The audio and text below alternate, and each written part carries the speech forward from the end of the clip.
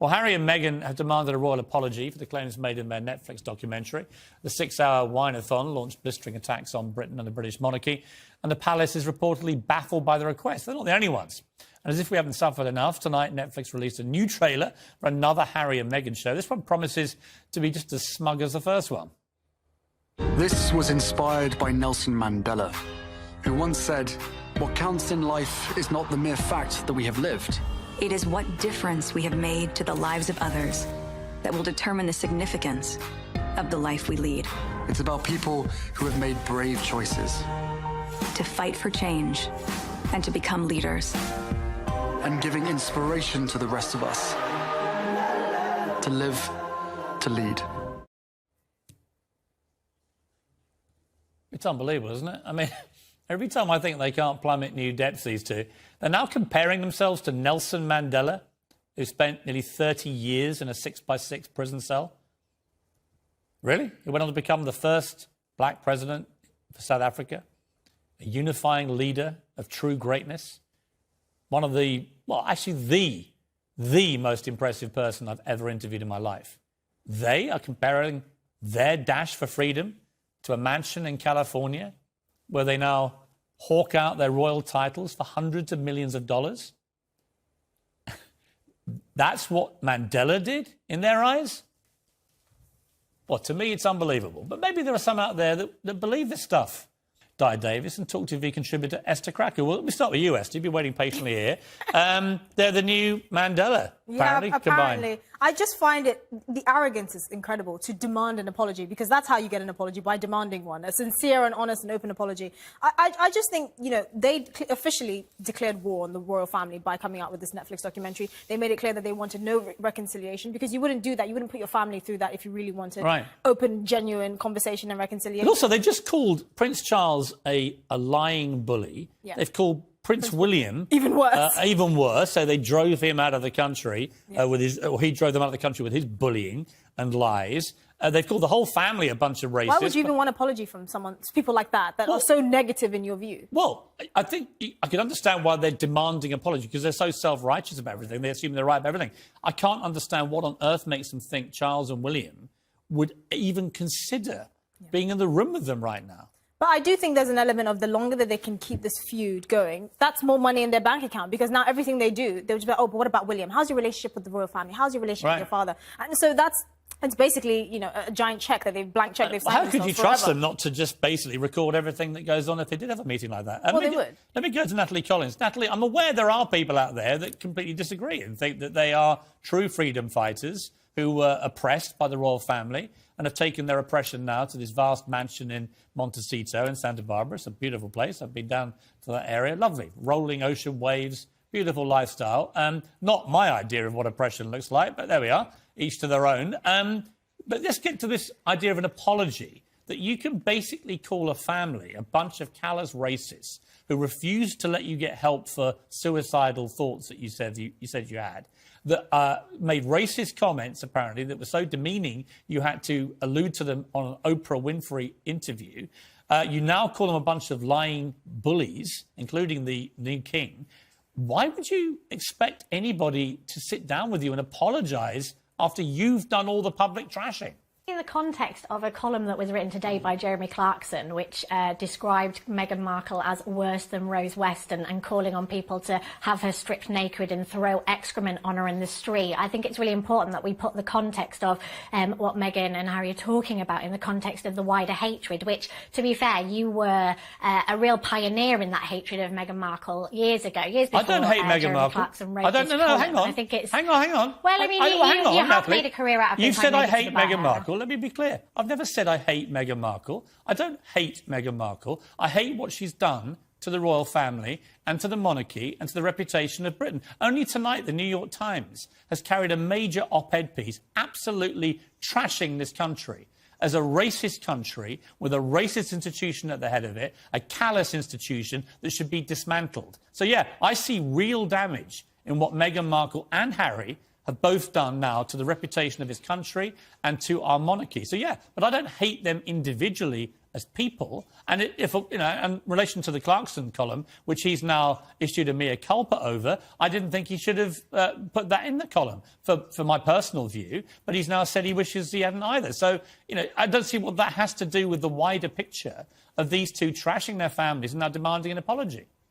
Well, I think in the same way that you're saying you don't personally hate them, but you are opposed to what they stand for and what they're saying and how they've behaved, I think that's entirely the same argument that Meghan and Harry are making in their documentary and in the work that they've done, is saying that actually the way that they've been harmed by this institution, by this system, which, you know, we cannot deny the impact of colonialism, we cannot deny the impact of this monarchy in terms of we have a history in this country of doing really terrible things for the places, and to deny that reality, to deny the impact of and the reality this monarchy. How is it that in this day and age we have a group of people who are born into wealth and privilege just because of being born into it? It is absolutely They're madness also responsible for developing the Commonwealth. That is the norm. They're also responsible for developing the Commonwealth, which has been one of the great success stories in the world. And, of course, it's not really Commonwealth, though, is it? The people who've got that wealth are mainly in the royal family, have a lot more wealth. So you hate them because they've got money. So presumably by that yardstick, if you hate people who've got lots of money without actually earning or deserving it, you must also hate, therefore, the Sussexes, who've done nothing to deserve it other than trash their family. Well, I think, you know, I think there's a sense that, of course, people, we can't, like, hate people because of their privilege, but what they're doing with it or how they're utilising it is really important as well. And I think there is a sense that we are also talking about a man who, as a boy, his mother was killed by a baying mob in the media, and then was, actually, no, that's not true. I'm sorry. To have a wife. I'm sorry. Who was also look, attacked by a baying mob. These are easy lies to say on television, but I'm afraid I have to hold you to account on them. But it's not a lie that his mother was killed, Princess Diana was not killed by a baying mob. It's not a lie. Princess Diana was killed by a drunk driver. That was the official inquest report into her death. It was a drunk driver speeding who killed Princess Diana. So it wasn't a baying mob that killed her. Furore. You might want it to be a baying mob. And maybe Harry has grown up thinking it was a baying mob. I could tell 100 stories about the way his mother colluded with me as a newspaper editor with the paparazzi, or colluded with me over having a private lunch at Kensington Palace, giving me loads of stories, which she knew I would then have as informed information for my newspaper. I could tell the time that Diana rang me up and gave me an hour-long interview about a visit to a clinic she'd done, signed off on every page of the interview, which was faxed to her and returned with her initials on it, and the next day said she was outraged by the intrusive story in the Daily Mirror, which was the story she'd given me at length over an hour on tape. So there are lots of different ways you can skin this cat about the relationship between the royal family and the media. My argument about Meghan and Harry is they apparently were so disgusted by this callous, racist family and institution that they fled the country, gave up royal duty, now live in California in extreme luxury, and yet, bizarrely, they still want to retain the titles afforded them by the institution that they describe as callous racist, and they use those titles to make themselves stinking rich without doing any work. I think that's hypocrisy. Let's go to Di Davis. Well, Di Davis sounds like the rest of the royal family, really. I mean, well, not really, because they do making hundreds and much, hundreds and hundreds not of doing duties very much, a year. Well, they turn up at 100, in 300-400 events a year, the main royals. So they actually do put back. That's the whole point of the royal family. They don't just get paid for nothing. They give back. Di Davis, you were helping to run security of the royal family for many years. What do you make of this? I mean, I read this New York Times piece tonight with a real sinking feeling in my heart that actually the relentless attacks by Meghan and Harry are beginning to really stick in other parts of the world about our country and about our monarchy. Well, good evening. A very good friend of mine defined ethical. Being ethical means knowing what is right and having the courage to do what is right. As a former policeman, what I haven't seen one iota so far is evidence. And unfortunately, people like Clarkson give grease to the story. He doesn't represent you, he doesn't represent me, and he doesn't represent 99% of this country. I take great umbrage as being classified quite often as a police officer or an ex-police officer as racist.